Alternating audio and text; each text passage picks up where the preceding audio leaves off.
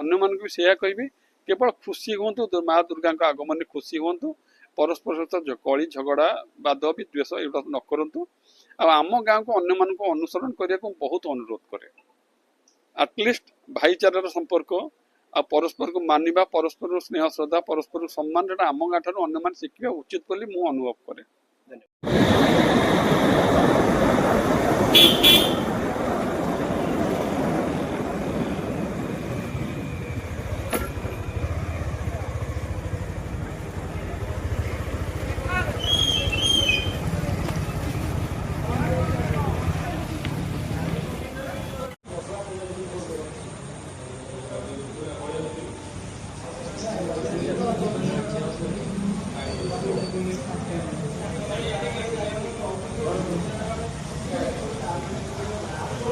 मोर ना हूँ मनोरंजन विश्वई, मु ए गाँव बासिंदा।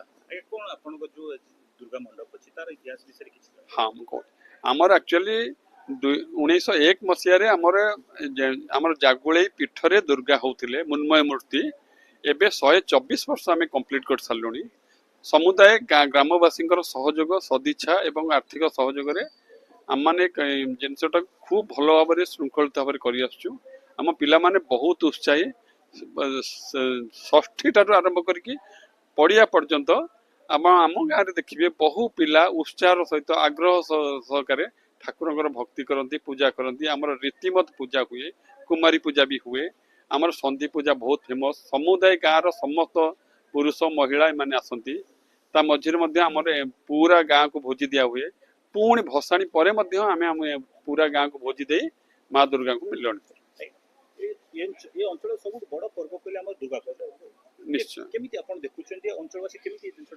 एक्चुअली आम जो सांस्कृतिक परंपरा रही दुर्गा पूजार महत्व सबुठ अधिका आ निर्दिष्ट भाव में आम गाँव में दुर्गा पूजा को सबुठ प्राधान्य दि जाए। जी जो चाकरी कर कहीं दशहरा बेले समस्त गाँव में एकाठी हूँ। आमर निर्दिष्ट गाँ गोटे प्राय गोटे संप्रदाय आम समस्ते भाई रक्त संपर्क भी भाईचारा अच्छी आ समस्त को देखते समस्त उत्साहित उल्लसित आ खूब भल भाव में आम एंजॉय कर 5 दिन तापर जे जार डेस्टिनेशन को जाती पुणी जनवरी 1 रे परस्पर साथ भेट हो। आपण गोटे एन्जॉय बेली जो कथाटा कहले एथर पुलिस रो बहुत सख्त कड़ा गाइडलाइन आसी आपण केम देखछन? नहीं आमे तो स्वागत करछु, कारण नियम अनुसार से माने श्रृंखला मेंटेन करछन्ती समुदाय राज्य रे। आमे सेही नियम अनुसार ही आमे कार्य करिवो आ नियमावली को ही आमे माने अनुसरण करूछु। हमर कोनोसी असुविधा नहीं। पाग टिके खराब अच्छे तथापि आमर युवगोष्ठी विशेषकर 24-25 वर्ष कम पिला माने से पूरा उत्साहित अच्छा पाग भल रमें आमर जो मेढ़ आमर जो पार्टी अच्छा डांस ग्रुप बा सब ग्रुप आसिक कार्यक्रम आरंभ करेंगे। विगत 2 वर्ष तले किशननगर रे मेढ़ बसाण रे भी जो गोटा विशृंखला होता आज पर्यंत तार निष्पत्ति किसी कंप्रोमाइज हो पारनी। आपण देखते आगामी जो एबे जो काली गले काली भी विसर्जन एबे किछि आपण देखछन सब ठीक ठाक रहबा पुनी तार पुनरावृत्ति करा जाय नहीं। आमर दी साइड रे एक्चुअली दशहरा हुए। गोटे साइड रे आमर जो दशहरा पड़िया रे मेढ़ रहती आ गोटे साइड रे बड़ दुर्गा ताको साइड रे आसती। आमर ये एक्चुअली बेसी आम गाँव तो कौन कलिगोल हुए ना जेहेतु आमर जो 3टी 4टी मेढ़ अच्छा आमको कहुए आम बड़ हुए तेणु आम मानकर निर्देश से चलती आम मान भर भारी भल संपर्क रास्ता घाट गुड़ाक आम सफा करूँ जिते खाल खमा गछ वृक्ष आम आम फंड्स रु आम मैंने आसू आ जो सामान्य कलिगोल जो जन संख्या अधिका रुए ए कलिगोल को आम जब ग्रहण करवा तो आम खुशी हो पार ना तेणु आम आभोड करूँ आम भले रहू आ भारी खुशी बहुत एंजॉय करूँ आम माँ के प्रति आपनकर आस्था अनुभूति सेमति किछि अछि जाके आपण हम माध्यम जणाउ। हाँ आम गाँ जदि तिष्ठ रही आगुरी आम जहाँ शुणु अनेक रोग हुए अनेक लोक मरती।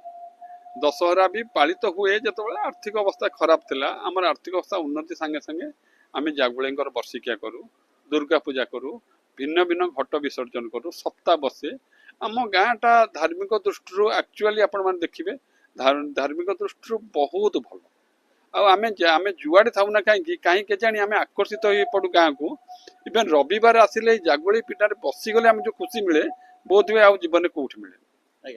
ये अंचल जब आम देखा एकता जो देखा जाए ये गाँव में आम जी शुणीचु मुझे भी जानी आपण गाँव एकता सब बेसी बेली आम शुणीचु संगठन बहुत मजबूत कौन पचर कौन कारण रही ना ये हूँ आम परस्पर को मानु बड़ मान को सान मैंने बहुत सम्मान दिखती आम एकतार एकमात्र लक्षण ସମସ୍ତେ ସମସ୍ତଙ୍କୁ ଭଲ ପାଆନ୍ତି ସୁବିଧା ଅସୁବିଧାରେ ରହିଲେ ମଧ୍ୟ କୌଣସି ଜୁନିୟର ପିଲା ବଡ଼ ପିଲାଙ୍କୁ ଖରାପ ବ୍ୟବହାର କରିପାରନ୍ତି ନାହିଁ ତାଙ୍କର ଆରମ୍ଭରୁ ତାଙ୍କ ଆମ ପରମ୍ପରା ସେଇଆ ସେଇଥିପାଇଁ ଆମେ ଏକାଠି ରହୁ କାଲି ବିସର୍ଜନ ହେଉଛି ଆପଣ ପବିତ୍ର ଦଶହରା ଶେଷ ହେବାକୁ ଯାଉଛି ଏଭଳି ଦିନରେ ଆପଣ କ'ଣ ସମାଜକୁ କ'ଣ ଗୋଟେ ବାର୍ତ୍ତା ଦେବାକୁ ଚାହିଁବେ?